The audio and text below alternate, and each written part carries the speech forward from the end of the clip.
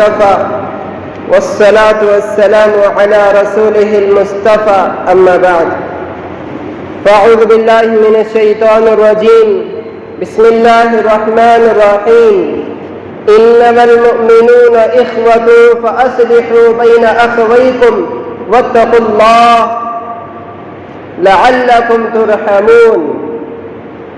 وقال تعالى في موضع آخر إنك لعلى خلق عظيم صدق الله العظيم. وقال النبي صلى الله عليه وسلم الراحمون يرحمهم الرحمن ارحموا من في الأرض يرحمكم من في السماء أو كما قال عليه الصلاة والسلام.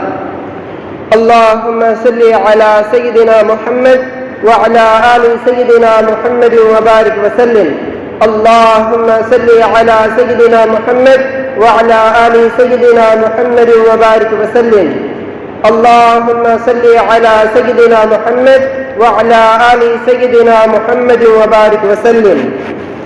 میری تقریر اہل دل کو بے چین کرتی ہے، میری تقریر اہل دل کو بے چین کرتی ہے، سبب کیا ہے وہی کہتا ہوں جو دل پر لگی ہے. محترم حضرات، ہم سب کو پتا ہے ان ابیکم واحد کہ ہمارے ابا حضرت آدم علیہ السلام ہیں. ہم سب کے والد محترم ایک ہے، ان کا نام ہے حضرت آدم علیہ السلام. جب ابا ہم سب کے ایک ہے اس کا مطلب کیا ہوا؟ ہم سب کون ہیں؟ بھائی بھائی ہوئے نا. جب ابا ایک ہے تو ہم سب بھائی ہوئے. اللہ پاک ارشاد فرماتے ہیں انما المؤمنون اخوہ فاصلحوا بین اخویکم. انما المؤمنون، بے شک ایمان والے، جس نے بھی کہا لا الہ الا اللہ محمد الرسول اللہ. انما المؤمنون اخوہ، جتنے بھی ایمان والے ہیں، یہاں کے ہو کیا آؤٹ آف کنٹری کے ہو کہ کہیں کے بھی ہو، جس نے بھی کہا لا الہ الا اللہ محمد الرسول اللہ، وہ سب کے سب ایمان والے بھائی ہیں، آپس میں بھائی ہیں. فَأَصْلِحُوا بَيْنَ أَخَوَيْكُمْ، اگر 19-20 بھائی میں ہو جائے تو اللہ کہہ رہے ہیں فَأَصْلِحُوا، آپس میں صلح کر لو، آپس میں صلح کر لو. وَاتَّقُوا اللَّهَ، اللہ سے ڈرتے رہنا. لَعَلَّكُمْ تُرْحَمُونَ، شاید کہ اللہ تم پر کیا کرے؟ رحم کرے. پھر آپ علیہ السلام نے فرمایا الراحمون یرحمہم الرحمن ارحموا من فی الارض یرحمکم من فی السماء، کہ رحم کرنے والا یعنی اللہ اس پر رحم کرتا ہے جو دنیا والوں پر رحم کرتا ہے. کرو مہربانی اہل زمین پر، کرو مہربانی اہل زمین پر، خدا مہرباں ہوگا عرش بری پر. یہاں ہم آپس میں ایک دوسرے پر رحم کریں گے، محبت کریں گے تو انشاءاللہ اللہ کی ذات سے امید ہے اللہ قیامت کے دن ہم سب پر کیا کریں گے؟ رحم کریں گے. رحم دیکھو، اللہ کا نام ہے، صفتی نام رحمان اور رحیم.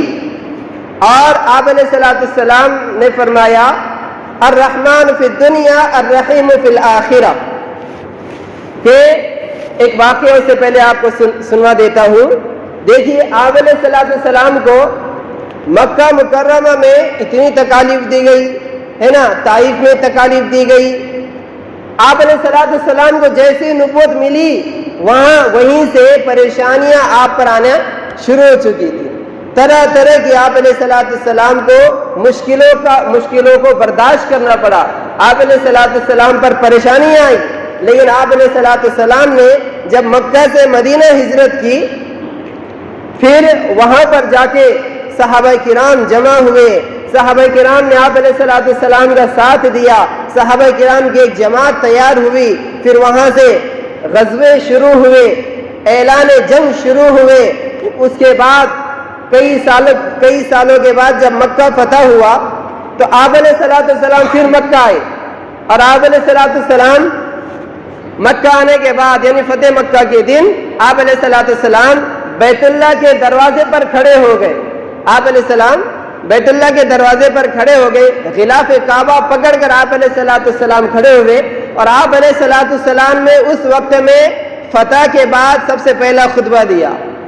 تو دیکھیے نبوت کے مکہ کے اندر کے تقریباً 40 سال کی عمر میں نبوت ملی, 10 سال بعد 13 سال بعد ہجرت کی گئی, اور مدینے کے 10 سال 23 سال آپ علیہ الصلوۃ والسلام کو نبوت دی گئی. اور جب آپ علیہ الصلوۃ والسلام مدینہ منورہ مکہ مکرمہ آئے اور خطبہ دیے, پورے خطبے میں آپ علیہ الصلوۃ والسلام کی جو تقریر تھی, جو بیان تھا, جو واعظ تھا, جو نصیحت تھی, وہ پوری کی پوری تقوی کے اوپر تھی. پوری کی پوری تقریر اور پورا خطبہ آپ علیہ الصلوۃ والسلام نے نہ اس کا ذکر کیا جس نے آپ علیہ الصلوۃ والسلام کے دندان مبارک شہید کیے تھے, نہ آپ علیہ السلام نے اس کا ذکر کیا جس نے پیارے نبی صلی اللہ علیہ وسلم کے چچا حضرت حمزہ کو شہید کیا تھا, نہ آپ علیہ الصلوۃ والسلام نے اس کا ذکر کیا جس نے پیارے نبی صلی اللہ علیہ وسلم کے چہرے انور پر تھوکا تھا. آپ علیہ الصلوۃ والسلام نے نہ اس کا ذکر کیا جو بڑھیا آپ علیہ الصلوۃ والسلام کے جسم اطہر پر کچرا ڈالا کرتی تھی. تو اس سے پتہ یہ چلا کہ آپ علیہ الصلوۃ والسلام کے جو اخلاق دیے گئے ہیں, ایسے اخلاق آپ علیہ الصلوۃ والسلام سے پہلے بھی کسی کو نہیں دیے گئے اور نہ بعد میں کسی کو دیے جائیں گے ایسے اخلاق. خود اللہ کہہ رہا ہے انک لعلی خلق عظیم, اے میرے نبی آپ کو سب سے بلند و بالا اخلاق پر ہم نے فائز کیا ہے, سب سے بہترین انداز سے ہم نے آپ کو اخلاق عطا فرمائے ہیں. تو اب دیکھیے ہم اس نبی کے ماننے والے ہیں, ہم اس اللہ کے ماننے والے ہیں جو اللہ کہتا ہے فاعفوا واصفحوا, آپس میں صلح کرو, آپس میں درگزر کرو, غلطی کوتاہی ہو جائے تو آپس میں ایک دوسرے کو معاف کرنا سیکھو. کیا تم یہ پسند نہیں کرتے کہ قیامت کے دن اللہ تمہیں معاف کر دے؟ کیا تم اس بات کو پسند نہیں کرتے ہو کہ اللہ قیامت کے دن تمہیں معاف کر دے؟ حضرت ابوبکر صدیق رضی اللہ عنہ, ان کا ایک غلام تھا, بلکہ ایک شخص تھا جس کا خرچہ حضرت ابوبکر صدیق رضی اللہ عنہ نے اٹھایا ہوا تھا. اس سے غلطی ہو گئی تھی کہ امی عائشہ صدیقہ رضی اللہ عنہ پر جب تہمت لگائی گئی تھی تو اس کا بھی نام اندر تھا, بلکہ ان کا نام بھی اندر تھا. تو حضرت ابوبکر صدیق رضی اللہ عنہ نے قسم کھائی کہ آج کے بعد سے میں اس پر خرچہ کرنا چھوڑ دوں گا, آج کے بعد میں اس پہ خرچہ نہیں کروں گا. تو اللہ پاک نے فوراً جبرائیل علیہ السلام کو بھیجا کہ اے میرے نبی آپ ابو بکر سے کہہ دیجئے کہ اس پر خرچہ کیجئے کہ ابو بکر اس بات کو پسند نہیں کرتا ہے کہ اللہ اس کے گناہوں کو معاف کر دے, اللہ اس کے گناہوں کو معاف کر دے. تو معاف کرنا یہ سب سے بڑی اللہ پاک کی طرف سے نعمت ہے. کچھ اعمال ایسے ہیں, کچھ اعمال جن کا بدلہ صرف اور صرف اللہ کو پتا ہے, اللہ کے سوا اس کا ثواب اجر کوئی نہیں جانتا کہ اس پر کتنا ملے گا, اس پر کتنا ثواب ملے گا, اللہ کے سوا کوئی نہیں جانتا. اس میں سے ایک عمل یہ بھی ہے اگر کسی سے کچھ غلطی ہو جائے تو اس کو معاف کر دیا جائے, کسی سے کچھ غلطی ہو جائے تو اس کو معاف کر دیا جائے. یہ بھی ان اعمال میں سے ہے کہ جس کا ثواب صرف اور صرف اللہ کو پتا ہے, اللہ کو پتا ہے. تو یہ بہت اونچا عمل ہے. دیکھیے اللہ پاک پیارے نبی علیہ الصلوۃ والسلام کے ذریعے سے فرماتے ہیں المؤمن للمؤمن کالبنیان یشد بعضہ ببعض یشد بعضہ بعضا, کہ مومن ایک مومن دوسرے مومن کے لیے ایسا ہی ہے جیسے کہ دیوار ہوتی ہے, دیوار بنیاد. جیسے اب سوچئے ایک دیوار پیک کی ہوئی ہے, اگر اس میں سے ایک دو اینٹیں نکل جائے تو کمزور ہوگی کہ نہیں ہوگی, ہوگی کہ نہیں ہوگی, کمزور ہو جاتی ہے. اسی طرح جب آپس میں مسلمان ایک دوسرے سے قطع تعلقی کرتے ہیں تو اللہ پاک کی مدد ان سے نکل جاتی ہے اور وہ کمزور ہو جاتے ہیں. آج دیکھیے افسوس کی بات یہ ہے, اللہ کی مدد کے بعد سب سے بڑی اگر مسلمانوں کے پاس کوئی طاقت ہے تو اجتماعیت کی ہے, اتحاد و اتفاق کی ہے. اس سے بڑھ کر اللہ کے بعد اور روئے زمین پر کسی کی طاقت نہیں. آج دیکھیے جتنے بھی مسلمانوں کے علاوہ جتنے بھی فرقے ہیں سب ایک پلیٹ فارم پر ہیں وہ جمع, لیکن آج مسلمان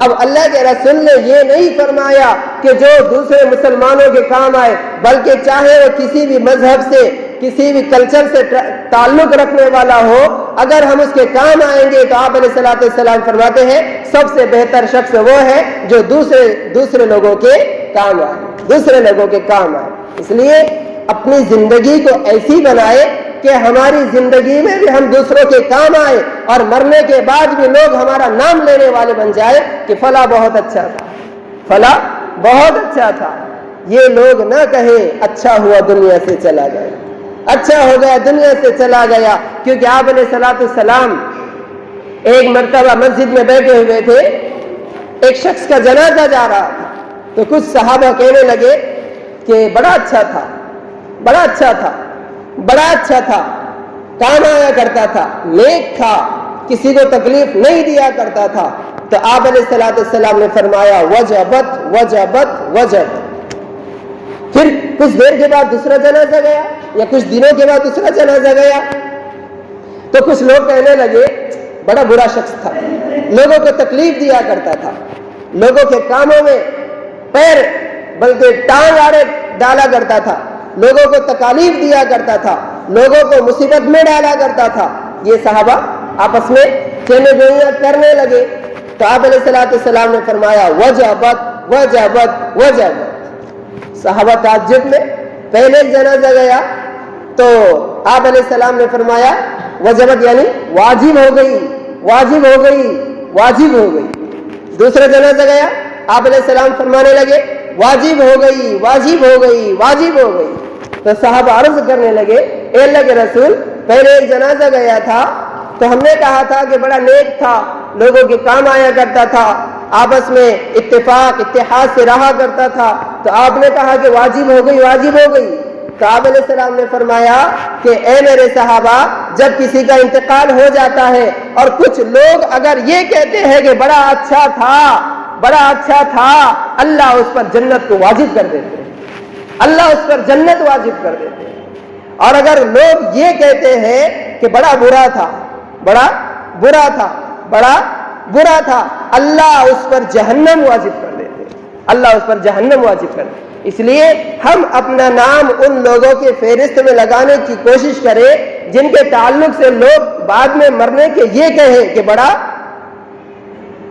بولو نا، اچھا تھا، بڑا اچھا تھا، بڑا اچھا تھا۔ لوگ ہمارے تعلق سے یہ نہ کہنے لگے اچھا ہوا مر گیا، ثقلۃ علی الارض، زمین پر بوجھ تھا، یہ نہ کہیں لوگ۔ ایسے اپنے اخلاق بنانے کی کوشش کریں۔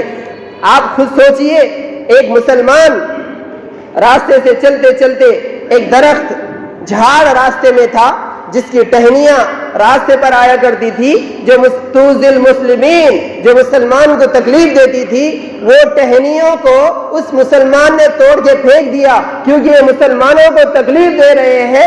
اللہ نے اس عمل کی وجہ سے اس پر جنت واجب کر دی، اس درخت کی ٹہنیوں کو توڑنے کی وجہ سے، کہ اس درخت کی ٹہنیاں مسلمانوں کو تکلیف دیتی تھی، اس وجہ سے اس نے اس درخت کی ٹہنیوں کو یعنی پھانٹیوں کو توڑ دیا، اللہ نے اس پر جنت واجب کر دیا۔ سوچو، اگر ہم مسلمانوں کے کام آئیں گے اللہ ہم پر جنت واجب کرے گا کہ نہیں کرے گا؟ اس لیے سب سے زیادہ فوکس اگر کرنا ہے تو اپنے اخلاق پر کی جائے، اپنے اخلاق کو بنایا جائے۔ دو چیزوں پہ سب سے زیادہ اہمیت آپ علیہ السلام نے دے کر گئے ہیں، دو چیزوں پہ سب سے زیادہ آپ علیہ السلام نے ابھار کر گئے ہیں، ایک اللہ کی عبادت کرنا اور دوسرے اپنے اخلاق اچھے کرنا۔ بس کامیاب، فلاح دارین، دونوں جہاں کی کامیابی مل جائے گی۔ دو چیزوں پر فوکس کرنا، ایک اللہ کی عبادت پر یعنی اللہ کا حکم ہم سے نہ ٹوٹنے پائے، اللہ کے رسول کا طریقہ ہم سے نہ چھوٹنے پائے، اور دوسری چیز اپنے اخلاق اچھے کرنا۔ اس سے بڑھ کر اور دکھ آپ علیہ السلام کو کیا ہو سکتا ہے کہ آپ علیہ السلام کے سامنے اپنے چچا حضرت حمزہ رضی اللہ عنہ کا کلیجہ چبایا گیا، آنکھیں نکالی گئی، زبان کاٹی گئی، ہونٹ کاٹے گئے، کان کاٹے گئے۔ اس سے بڑا دکھ پیارے نبی علیہ السلام کو اور کیا ہو سکتا ہے؟ کیا ہو سکتا ہے؟ نہیں ہو سکتا۔ لیکن وہی وحشی ابن حرب جو آپ علیہ السلام کے سامنے آتا ہے، آپ علیہ السلام فرماتے ہیں میں نے تو تجھے معاف کر دیا، جا جا اللہ کے لیے میں نے معاف کر دیا۔ یہ اخلاق اللہ کے رسول نے ہمیں سکھلا کر دیا۔ آج ہم محمد کے ماننے والے ہیں، اللہ کے ماننے والے ہیں، ہم اللہ کو تو مانتے ہیں لیکن اللہ کی نہیں مانتے۔ ہم پیارے نبی علیہ السلام کو تو مانتے ہیں لیکن ان کی نہیں مانتے۔ اس لیے دو چیزوں پر سب سے زیادہ فوکس کیجئے، اس کی اہمیت آپ علیہ السلام نے بتلا کر گئی ہے، ایک تو عبادت کے اوپر اور دوسرا اپنے اخلاق کے اوپر درگزر کرنا، معاف کرنا، صلح کرنا، یہ ہمیں اللہ اور اس کے رسول سکھلاتے ہیں۔ تو یہ تعلیم ہم اپنے زندگی میں لانے کی کوشش کریں۔ خوشی چاہتے ہو، the life is very happiness جسے کہتے ہیں، اگر خوشگوار زندگی گزارنا چاہتے ہو تو ایک کام یہ کرو کہ کس نے ہمیں تکلیف دی اللہ کے لیے بھول جاؤ، اور ہم نے کس پر احسان کیا یہ بھی اللہ کے لیے بھول جاؤ، ہمیشہ خوش رہو گے۔ ورنہ اگر یہ دو چیزیں یاد رکھو گے کہ کنہیں مجھے تکلیف دیا تھا تو رات کو نیند بھی نہیں آئے گی، راتوں میں نیند اڑ جائے گی، ٹینشن آئے گا، پھر گولیاں کھا کر زندگی گزارنا پڑے گا، پھر ہارٹ کا بھی پرابلم ہو جائے گا اور تمام بیماریاں شروع ہو جائے گی۔ اس لیے اگر زندگی کو خوشگوار بنانا چاہتے ہو تو دو چیزیں کرو، اپنی عبادت پر توجہ دینا، اللہ کی عبادت پر توجہ دینا، اور دوسری اپنے اخلاق کو درست کرنا، اور اس کے اندر دو چیزیں، ہم نے کس کے ساتھ اچھا سلوک کیا یہ اللہ کے لیے بھول جاؤ کہ میں نے اس کے ساتھ اچھا سلوک کیا تھا، اس کے ساتھ خیر خواہی کی تھی، اس کے ساتھ یہ کیا تھا، اللہ کے لیے بھول جاؤ، نیکی کر دریا میں ڈال۔ اور دوسرا، اگر ہمیں کسی نے تکلیف دیا تھا اس کو بھی اللہ کے لیے بھول جاؤ۔ کریں گے سب انشاءاللہ۔ اللہ پاک سے دعا ہے اللہ پاک پیارے نبی صلی اللہ علیہ وسلم کی طرح اخلاق حمیدہ ہماری زندگیوں میں نصیب فرمائے۔ اللہ پاک پیارے نبی صلی اللہ علیہ وسلم کے طریقے پر ہم سب کو چلنے کی توفیق عطا فرمائے۔ آمین۔ وآخر دعوانا ان الحمدللہ